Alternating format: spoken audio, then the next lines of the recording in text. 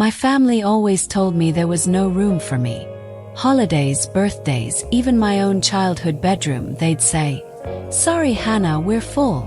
But for my sister Jessica and her family, they rolled out the red carpet every single time. When I bought this beach house in Galveston, something shifted. Suddenly, they all wanted a piece of my dream. Phone calls, texts, plans to visit. I stood there, staring at the waves, realizing this wasn't about love. It was about what I could offer. This is the story of how I took back my power, and it starts right here. Look at this old family photo. There I am on the edge, barely in the frame. Jessica's in the center, blonde hair glowing, my parents' arms around her. That picture sums up my childhood. Always on the outside, looking in. Growing up in Houston, I was the quiet kid, nose buried in books, dreaming up science projects in our backyard. Jessica. She was the star. Softball hero, cheerleader, the one who lit up every room. My science fair wins, my straight A's, they faded next to her trophies. I'd watch Mom frame her photos, while my certificates gathered dust on the fridge. It wasn't just neglect. It felt like I didn't exist. When I bought this beach house, my sanctuary by the Gulf, their sudden interest hit like a slap. Mom wanted to escape Texas winters. Dad asked about fishing spots. Jessica begged for a vacation for her kids. These were the same people who'd told me year after year, there was no space for me at Thanksgiving, no bed for me at Christmas. I'd offered to fly them to Houston for my 30th birthday, but they were too busy with Jessica's life. Now my phone lit up with their messages, and I felt the weight of every rejection. This wasn't about me, it was about my house, my success. That realization burned, but it also woke me up. I wasn't their afterthought anymore. Have you ever felt like the outsider in your own family? Like no matter what you did, you were invisible while someone else got all the love? I know that pain. It's the ache of being told you don't belong, of watching others take the space you fought for. But here's the thing, you can change the story. This isn't just about revenge. It's about reclaiming your worth. Stick around because I'm going to show you how I set boundaries that shook my family to its core. How I turned my Galveston beach house into a fortress of self-respect, where I decide who's welcome. You'll hear about the email I sent, the fights that followed, and the chosen family who showed me what love really looks like. If you've ever wanted to stand up for yourself, to say, "I'm enough," this is for you. Let's dive into this journey together, because your story deserves to be heard too. Picture a house in suburban Houston, Texas. A white picket fence, a swing set in the backyard, the kind of place you'd see in a family sitcom. That's where I grew up, in a home that looked perfect from the outside. My mom, Margaret, was a high school English teacher, always grading papers at the kitchen table. My dad, Thomas, sold insurance, coming home with stories about his clients. They were good people, hard-working, the kind who'd never miss a parent-teacher conference. But their world revolved around one person, my sister, Jessica. 2 years younger, with blonde hair and blue eyes that seemed to sparkle under any light. Jessica was their star. She was outgoing, loud, the kid who'd run into a room and make everyone smile. She played softball, cheered at football games, and had a laugh that filled the house. I loved her, don't get me wrong, but her light cast a long shadow. Me. I was the quiet one. Brown hair, hazel eyes, always tucked into a corner with a book or sketching out science projects in my notebook. I'd spend hours in the backyard, studying bugs or mixing baking soda and vinegar to see what happened. I wasn't loud or flashy like Jessica, and I didn't know how to demand attention. I thought if I worked hard, if I brought home perfect report cards or built a model volcano that actually erupted, they'd see me. But they didn't. The kitchen table was for Jessica's trophies, not my books. Family dinners were filled with talk of her games, her friends, her latest cheer routine. If I tried to share something, a poem I wrote, a science fact I'd learned, Mom would nod absently saying, "That's nice, Hannah," before turning back to Jessica's stories. It wasn't that they didn't love me. They did, in their way. But love doesn't always mean seeing someone. I was the kid who didn't make waves, so they assumed I was fine. They didn't see the nights I cried myself to sleep, wondering why I wasn't enough. Looking back, I realized they were caught up in Jessica's brightness, her need for the spotlight. But as a kid, all I knew was that I felt like a ghost in my own home, fading into the background of their perfect family picture. There's a moment that still stings, even now. I was 9 years old, clutching a first-place ribbon from the school science fair. My project was on water pollution, a shoebox diorama with tiny fish and a river I'd painted blue. I'd spent weeks on it, staying up late, gluing every detail just right. When I got home, I couldn't wait to show Mom and Dad. I burst through the door, ribbon in hand, words tumbling out about how the judges loved my work. But the living room was buzzing. Jessica, 7 years old, had scored her first softball goal that day. Mom was on the phone, telling Grandma about it. Dad was pulling up photos on his camera, grinning ear to ear. "Hannah, that's great," Mom said, barely looking up. "But can you believe Jessica's team beat the best in the league?" My ribbon went on the fridge, held up by a magnet shaped like a heart. Jessica's photos. They got framed, hung above the fireplace where everyone could see. That wasn't the only time. At 14, I decided to try something different. Dad loved oatmeal cookies, so I spent an entire Saturday baking a batch from scratch. I measured every ingredient, checked the oven like a scientist, wanting to get it perfect. I thought maybe this time he'd notice me. When he came home, I handed him a plate, heart pounding. He took a bite, nodded, and said, "Nice job, kid. But you should have seen Jessica today. Her team won the regional championship. She was unstoppable." I stood there in the kitchen, the smell of cookies still warm in the air, feeling like I'd disappeared. Those cookies sat uneaten on the counter for days. It wasn't just the big moments. It was the small ones too, the ones that pile up until they crush you. Family game nights where Jessica's stories took over. School plays where they clapped loudest for her, even when I had a speaking part. My straight A's were expected, a given, while Jessica's B's got her ice cream. I started to believe I wasn't special, that my quiet passions, science, books, ideas, weren't worth celebrating. I'd lie awake at night, staring at the ceiling, asking myself what I was doing wrong. Why wasn't I enough? Looking back, I see it wasn't about me. Jessica demanded attention, and they gave it without question. I was the one who kept going, kept trying, hoping one day they'd turn and see me standing there. But hope can be heavy when it's all you've got. Those moments shaped me, not into someone bitter, but someone determined to prove my worth, even if it was just to myself. My grandma Eleanor was my lifeline. Every month, she'd drive down from Dallas, her old station wagon packed with books just for me. Science journals, novels, even poetry. She knew I loved words and ideas. She'd sit me down on her porch swing and say, "Hannah, you have a brilliant mind. Don't ever dim your light for anyone." Those words were oxygen to a kid drowning in her sister's shadow. Eleanor saw me, really saw me, in a way my parents didn't. She'd listen to me ramble about constellations or my latest experiment, her eyes bright with pride. She taught me something I'll never forget. "Some kids," she said, "they demand attention like a fire that burns loud and bright. Others like you deserve it, but you don't ask. That doesn't mean you're less. It means you're deeper, stronger." I clung to that, even when I didn't fully believe it. Eleanor gave me books on marine biology, told me stories of women scientists who changed the world. "You'll do that someday," she'd say. "You'll find your place." Those visits were my refuge, a reminder that I wasn't invisible to everyone. Eleanor's faith in me planted a seed, one that would grow years later when I'd need it most. She showed me that love doesn't just cheer from the sidelines.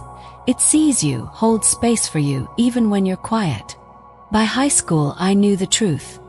No amount of perfect grades or science fair ribbons would win my parents' attention. I was on the debate team, aced every test, but their eyes were still on Jessica. Her games, her recitals, her endless need for the spotlight. I remember one debate competition, my first big win. I called home, hoping they'd care. Mom said, "That's nice, Hannah, but Jessica's cheer squad made regionals." I stopped expecting them to show up after that. I set my sights on the University of Texas at Austin, 6 hours from Houston. I thought distance might reset things, that maybe they'd miss me, call more, ask about my life. But it didn't work that way. Calls home were short, always circling back to Jessica's latest drama or triumph. I'd hear about her new boyfriend, her prom dress, while my scholarship awards got a quick, "good job." It hurt, but it also lit a fire in me. I wasn't going to beg for their love anymore.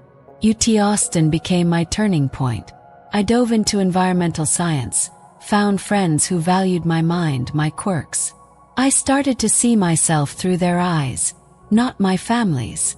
But the pain of being overlooked didn't vanish. It followed me, a quiet ache. I'd lie in my dorm, wondering if I'd ever matter to the people who raised me. That's when I decided I'd build a life where I wasn't an afterthought. I didn't know it then, but that choice was the first step toward taking back my power, toward creating a space where I belonged. When I stepped onto the University of Texas at Austin campus, it felt like stepping into a new world. 6 hours from Houston, away from the shadow of my sister Jessica, I thought I'd finally find a place where I belonged. I threw myself into environmental science, a field that lit me up. I'd spend hours in the lab, studying soil samples or reading about coastal ecosystems, dreaming of making a difference. For the first time, I wasn't just the quiet kid who faded into the background. I was surrounded by people who saw my passion, my ideas, my worth. My roommate Rachel, who was studying to be an environmental lawyer, became my biggest cheerleader. She'd high-five me when I nailed a presentation or dragged me to study groups when I doubted myself. Then there was Diana, a botanist with a laugh that could lift anyone's spirits. When I aced my chemistry midterm, a brutal exam that had half the class sweating, she and Rachel took me out for ice cream at Amy's, this little Austin spot with the best Mexican vanilla. "Hannah, you crushed it," Rachel said, her eyes shining with pride. That moment, sitting in that ice cream shop, licking a cone and laughing with friends, was the first time I felt truly seen. Someone cared about my wins, not just Jessica's. They didn't just nod and move on, they celebrated me. I'd spent so long believing my achievements didn't matter, that I was invisible unless I was loud like Jessica. But Rachel and Diana showed me a different truth. My quiet strength, my love for science, my determination, they were enough. I started to see myself through their eyes, not my family's. Those late-night study sessions, the debates over climate policy, the moments where we'd collapse in laughter over bad coffee, they built me up. I wasn't just surviving anymore. I was starting to thrive. But even in those bright moments, there was a shadow. I kept hoping my family would notice, would call to ask about my life. I kept hoping they'd show up just once to see who I was becoming. That hope, though, it was a heavy thing to carry. Every time I called home, I braced myself for the same pattern. Mom would ask, "How's school, Hannah?" But before I could answer, she'd pivot to Jessica. "Your sister's got a new boyfriend, Ryan. Oh, and her cheer squad made regionals."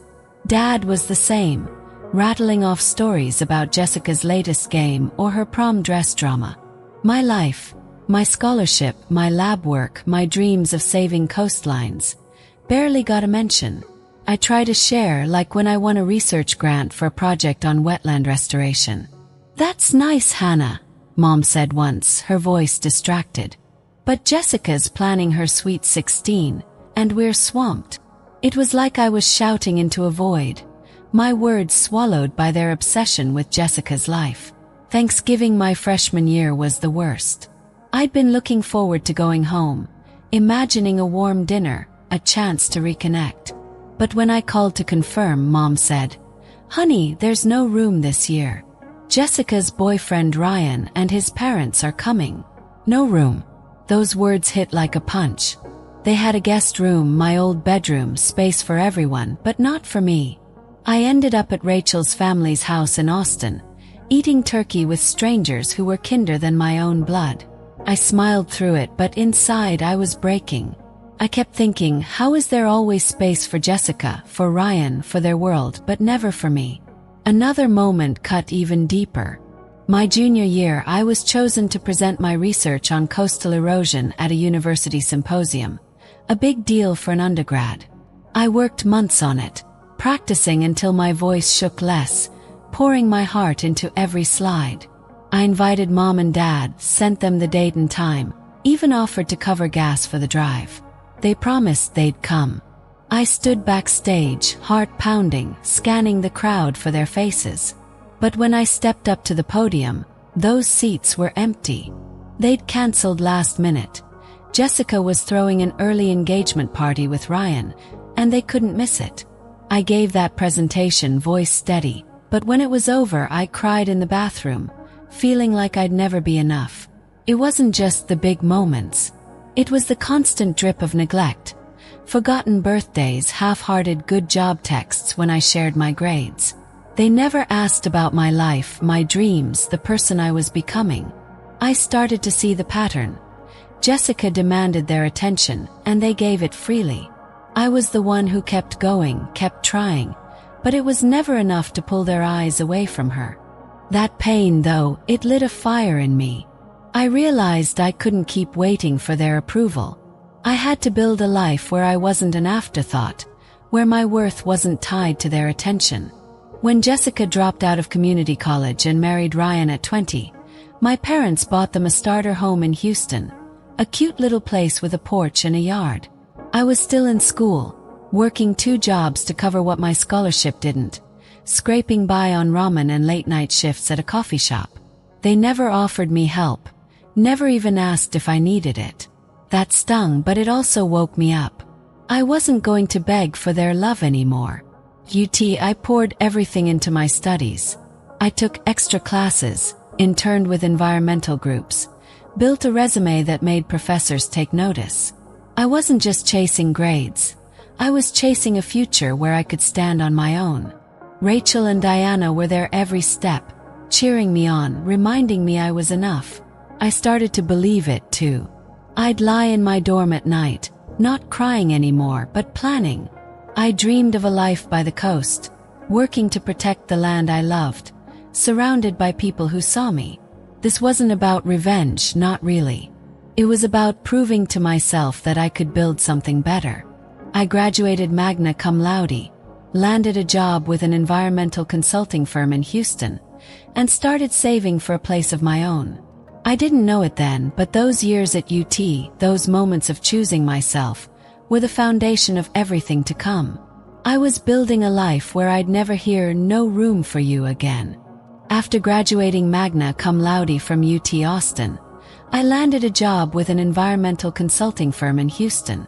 It was the kind of work that made my heart race, protecting ecosystems, fighting for clean water, planning for a future where the land could thrive. I poured everything into it, staying late at the office, sketching out restoration plans on napkins at coffee shops. My big break came when I was chosen to lead a coastal restoration project in Galveston, a quiet beach town on the Gulf of Mexico. It wasn't flashy like South Beach, but it had a raw, honest beauty. Salty air, endless waves, and dunes that whispered resilience. I fell in love with it, the way you fall for a place that feels like it's been waiting for you. That's when I made the boldest decision of my life. I bought a house, a 1960s bungalow 2 blocks from the Gulf, with a screened-in porch and a garden bursting with native plants like sea oats and Indian blanket. It wasn't just a house. It was my sanctuary, my proof that I could build something of my own. I'd walk barefoot across the creaky wooden floors, sit on the porch with a glass of sweet tea, and watch the sun dip below the horizon. For the first time I felt like I belonged somewhere. This wasn't just a place to live. It was a declaration. I'd spent my childhood being told there was no room for me, but here I made my own space. I'd worked hard for it, saving every penny from my job, taking on extra projects to cover the down payment. My colleagues cheered me on, but my family, they didn't even know I was looking for a house. I hadn't told them, not because I didn't want to, but because I was tired of their indifference. I'd spent years trying to share my wins, my scholarship, my research grants, only to hear, "That's nice, Hannah," before they moved on to Jessica's latest drama.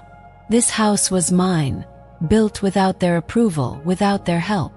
It was my way of saying I didn't need their validation anymore. I was enough. A few weeks after moving in, I posted a photo of my porch on social media, the Gulf shimmering in the background, captioned simply, "Home sweet home." I didn't expect much, just a few likes from friends, maybe a comment from Rachel or Diana. But within an hour, my phone started buzzing like a beehive. Notifications piled up, and my heart sank when I saw the names. Mom was first. "Hannah, what a gorgeous view. We could use a break from these cold Texas winters. When can we visit?" Dad chimed in. "Congrats, kiddo. That place looks great. Good fishing out there." Then came Jessica. "Sophie and Ethan are begging for a beach trip. How many bedrooms do you have? You have to let us stay. It'll be so fun." I sat there staring at my phone, a knot forming in my chest. These were the same people who'd spent years shutting me out. I'd invited them to Houston so many times. Dinners, my 30th birthday, even offering to pay for their flights. Every time it was the same excuse. "Not a good time, Hannah." Thanksgiving after Thanksgiving they'd say, "No room for you," while Jessica, Ryan, and their kids got the guest room, my old bedroom, every holiday. But now, because I had a beach house, they were all suddenly free. It felt like a betrayal, like they didn't see me, just a free vacation spot. I called Jessica, thinking maybe I'd misunderstood. In the video call, her face lit up as she gushed about my house. "It's perfect for the kids," she said. "You have to let us come. We'll bring the whole family." I took a deep breath and asked, "Jessica, when was the last time you invited me to one of your family events? Your kids' birthdays, your anniversary parties? When did you make room for me?" The line went silent. Her smile faded, and she mumbled something about being busy before hanging up. That silence said everything. They didn't want me. They wanted my house, my success, the shiny new thing I'd built without them. It brought back every moment I'd been pushed aside. The Christmas they went to a family cabin without me, posting photos while I spent the holiday alone. The birthday they forgot because Jessica needed help with her wedding plans. I'd spent my life begging for scraps of their attention, and now they were knocking because I had something they wanted. It wasn't love, it was opportunism. That realization hit me like a wave, cold and sharp, washing away any illusion that they'd changed. I knew I couldn't let them waltz into my sanctuary like nothing had happened. I sat on my porch that night, my glass of champagne forgotten on the table, their messages glowing on my phone.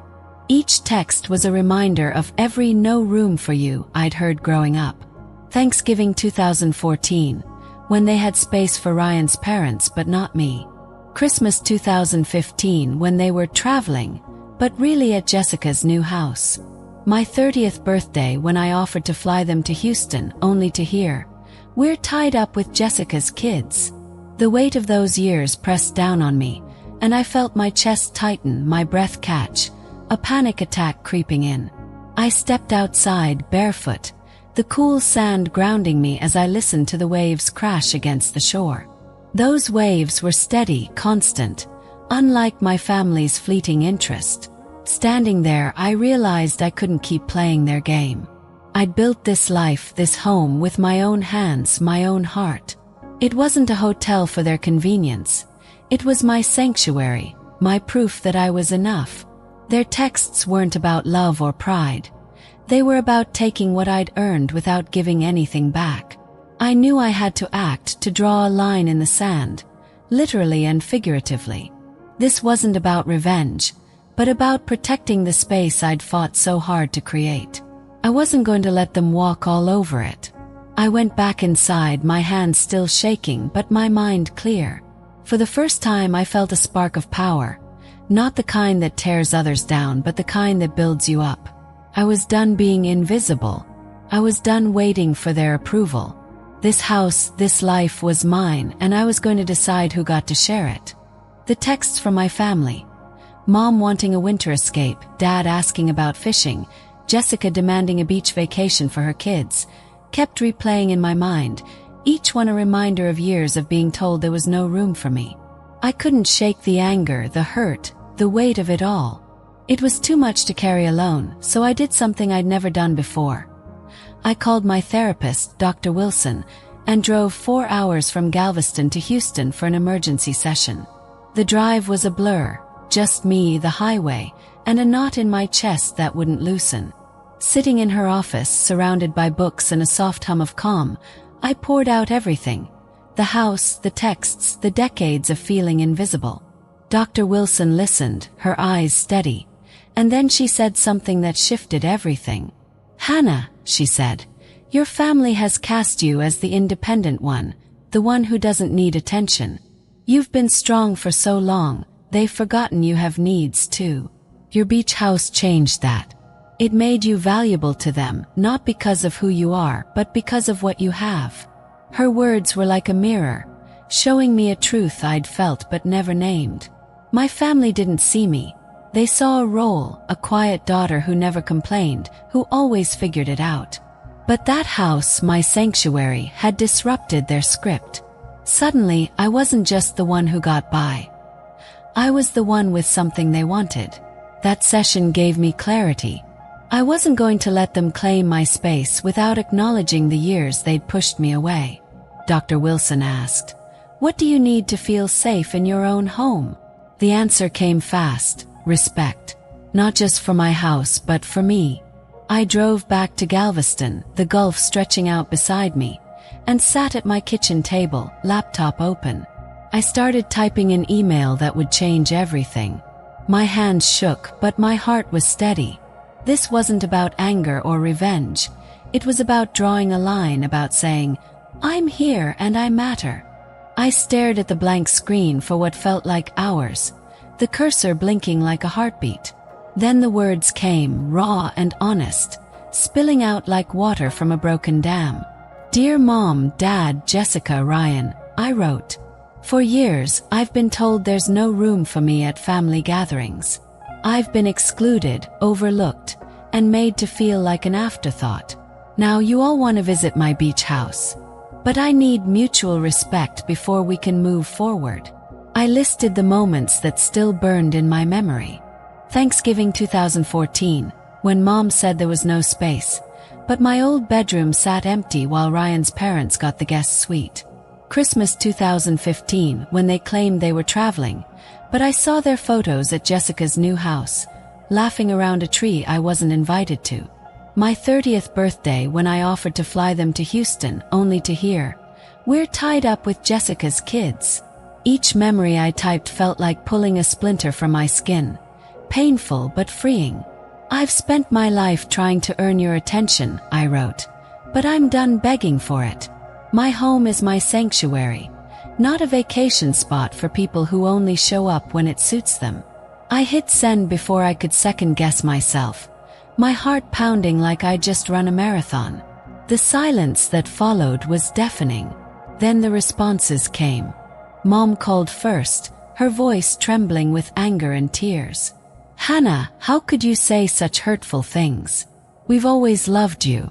You're tearing this family apart." I took a deep breath, my hands gripping the phone. "No, Mom," I said, my voice steady despite the shaking inside. "I'm not tearing us apart. I'm just asking to be seen, to be valued for who I am, not what I can offer." She didn't know what to say, and the call ended with her sobbing, promising to talk later. Dad was next, his voice gruff. "This isn't how our family deals with problems, Hannah. You should have talked to us in person." I wanted to scream that I'd tried talking for years, but they never listened. Instead, I said, "I needed you to hear me, Dad. This was the only way." Jessica's response was the hardest. She texted, "You're jealous and selfish. My kids need stability, and you're making this about you." Her words cut deep, but they also clarified something. She wasn't ready to see her role in my pain, and maybe she never would be. I didn't reply. I didn't need to. That email wasn't about changing them, it was about freeing myself. I'd spent too long carrying their rejection, letting it define me. Writing those words, sending them into the world, was like shedding a weight I'd carried since childhood. In the days after the email, I braced for more anger, more guilt trips. But then came two voices that reminded me I wasn't alone. Uncle David called from Austin. His voice warm but firm. "Hannah, I've seen how they treat you," he said. "It's not right, and it never was. You were brave to call it out." His words were like a lifeline, pulling me out of the doubt that had crept in. He told me stories of his own fights with Dad, how he'd learned to set boundaries to protect his peace. "You're not crazy," he said. "You're just done being invisible." Then there was Grandma Eleanor, 83 years old and sharper than ever. She called from Dallas, her voice crackling with pride. "About time you stood up for yourself, Hannah," she said. "I've watched you grow into this strong, brilliant woman, and I always knew you'd find your voice. Don't let them make you feel small." Eleanor had been my rock since I was a kid, the one who saw me when no one else did. Hearing her now, I felt a warmth spread through me like sunlight breaking through clouds. Those calls were proof I wasn't imagining the hurt. It wasn't just in my head. It was real, and I had every right to demand better. David and Eleanor didn't just support me. They validated me, reminding me that my worth wasn't tied to my family's approval. I wasn't crazy, and I wasn't alone. That email, those words, had cracked open a door to a new kind of strength, one that would carry me forward, no matter what came next. Last Thanksgiving, I did something I'd never done before. I opened my Galveston beach house to the people who truly saw me. Not my blood family, but the family I'd chosen. My porch was alive with laughter, the air thick with the smell of Gulf shrimp and cornbread. Rachel, my lawyer friend from college, was there, cracking jokes and passing plates. Diana, the botanist with her wildflower stories, brought a warmth that filled the room. My boyfriend Michael, a marine biologist who loved the ocean as much as I did, carved the turkey with a grin. My neighbors, a retired couple who'd welcomed me to Galveston with homemade pecan pie, shared stories of their own Thanksgivings by the sea. This wasn't the Thanksgiving of my childhood, where I'd been relegated to an air mattress in the garage or a folding chair at the kids' table. There was no one here to overlook me, no one to make me feel like an afterthought. We ate seafood straight from local fishermen, swapped stories under the glow of string lights, and laughed until our sides hurt. For the first time, I wasn't begging for a seat at someone else's table. I'd built my own.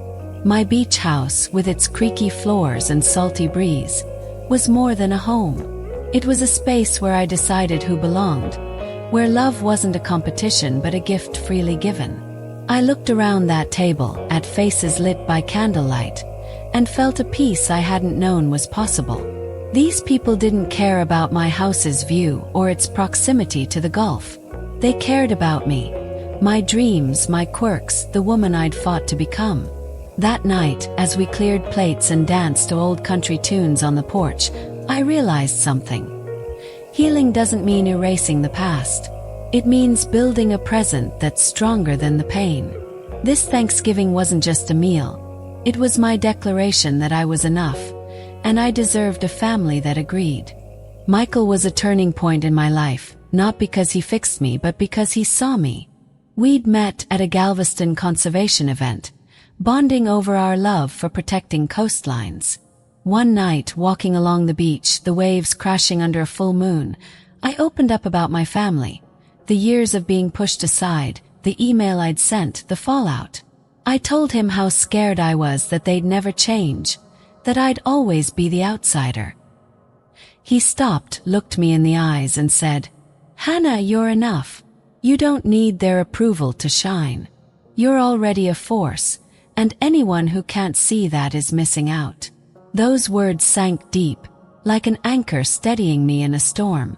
Michael taught me that healing isn't a straight line. Some days I'd feel strong, ready to hold my boundaries.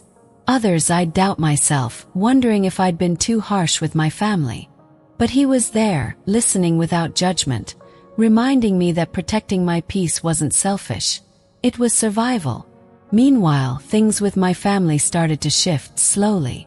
Mom began calling every week, her voice softer than before. One day she said, "I can see now how it might have felt like we excluded you, Hannah. I'm sorry." It wasn't a full apology, but it was a crack in the wall, a sign she was trying. Dad's calls were clumsier, short and awkward, but he'd ask about my work, my house, like he was learning to see me. Jessica, though, was different. She resisted hard. After the email, she sent a message. "You're making this harder than it needs to be. My kids deserve a beach trip." I wanted to give in, to keep the peace like I always had, but I held firm. "Jessica," I replied, "I'm open to visits, but only if we can respect each other. That means acknowledging the past." She didn't respond, and I knew she wasn't ready. It hurt, but I wasn't going to let her guilt me into opening my home before she earned it. My boundaries weren't walls. They were doors, open only to those willing to meet me halfway. Then came a moment that showed me I wasn't alone. I joined a conservation picnic with a local Galveston group, people working to save the dunes and wetlands I loved. We spread blankets on the beach, shared homemade tamales, and talked about the Gulf like it was an old friend. These strangers, with their sunburned smiles and muddy boots, became my community. They didn't know my family drama, but they knew me. My passion, my laugh, my heart. That day, I realized Galveston had given me a family I hadn't expected, one that saw me without needing anything in return. It wasn't revenge, it was redemption, proof that love could find you when you stopped chasing it. Grandma Eleanor came to visit a few weeks later, her 83-year-old spirit as fierce as ever. She sat on my porch, rocking in a chair, her eyes tracing the Gulf's horizon. "Hannah," she said, "your grandfather would be so proud of you, not just for this house but for your courage. You've built a life that's yours, and that's no small thing." Her words wrapped around me like a quilt, warm and heavy with love. Eleanor had always been my champion, the one who gave me books as a kid and told me I could change the world. Now she saw the woman I'd become, and her pride felt like a blessing. She shared stories of her own struggles, times she'd had to stand up to family, and it hit me. I was part of a lineage of strength, not just pain. Uncle David and Aunt Barbara came next, driving down from Austin. They didn't ask to stay at my house, booking a hotel nearby to respect my space. That small gesture meant the world. Over coffee at a Galveston diner, David leaned in and said, "I've watched how your parents treated you, Hannah, and it wasn't fair. You did the right thing with that email." He shared his own stories of setting boundaries with Dad, his older brother, and how it had saved their relationship. Barbara nodded, adding, "You're building something beautiful here. Don't let anyone take that from you." Their support was like a foundation, steadying me when I doubted myself. Eleanor, David, and Barbara didn't just cheer me on. They showed me what family could be. They respected my boundaries, valued my heart, and reminded me I wasn't alone in this fight. Their love wasn't loud like Jessica's spotlight, but it was deep, real, and unshakable. That's when I knew my chosen family, from Michael to these kin, was enough to fill the spaces my blood family had left empty. This journey, every step from feeling invisible in my childhood home to standing tall in my Galveston beach house, taught me lessons I'll carry forever. First, you deserve to be valued not just for what you can offer but for who you are. Growing up, I thought I had to earn my family's love with perfect grades or quiet compliance. But love isn't a transaction. You're worthy of it simply because you exist. If your family can't see that, It's their loss, not your failure. I spent years believing I wasn't enough because my parents' eyes were always on Jessica. But I learned my worth isn't tied to their gaze. It's in the life I've built, the dreams I chase, the heart I keep open despite the pain. Second, setting boundaries isn't selfish. It's how you protect your peace. When I sent that email to my family, calling out years of exclusion, I was terrified. I thought I'd lose them forever. But those boundaries, saying no to their sudden interest in my beach house, demanding respect before visits, gave me freedom. They weren't walls to keep people out. They were doors, open only to those who valued me. Boundaries showed me I could love my family from a distance, on my terms, without letting their neglect define me. They're not about punishment, they're about survival, about carving out a space where you can breathe. Third, your chosen family can fill the gaps your blood family leaves behind. Rachel, Diana, Michael, my Galveston neighbors. They showed me what love looks like when it's freely given. They didn't need me to be loud or flashy like Jessica. They loved me for my quiet strength, my passion for the Gulf, my stubborn hope. Grandma Eleanor and Uncle David, too, reminded me that family isn't just who you're born to. It's who stays when you stand up for yourself. These people became my anchor, my home, proving you can find belonging even after years of being told there's no room for you. This isn't about revenge. It's about rewriting your story, choosing who gets to share your light. This Thanksgiving, I'm doing things my way. I'm hosting at my beach house with Mom, Dad, Uncle David, Aunt Barbara, and Michael around my table. For the first time, I'm in control. No air mattresses, no being pushed to the sidelines. My house, my rules, my peace. Mom's been calling more, owning up to some of her mistakes. Dad's trying too, in his quiet way. Jessica's still distant, but I'm okay with that. I'm learning to love them from where they are, not where I wish they'd be. This gathering isn't about fixing the past. It's about building a future where I'm seen. I'm also working on a journal, pouring my story into pages I hope will help others. It's about finding your voice, setting boundaries, and choosing your own family. I'm sharing it to remind you that you can rewrite your story too. Subscribe to follow along. I'll be posting updates, maybe even a book someday. My beach house isn't just a home. It's proof I built a life on my terms, and you can too. This is my beginning, not my end, and I'm excited to see where it leads. If you've ever felt like the outsider in your own family, know this: you're not alone.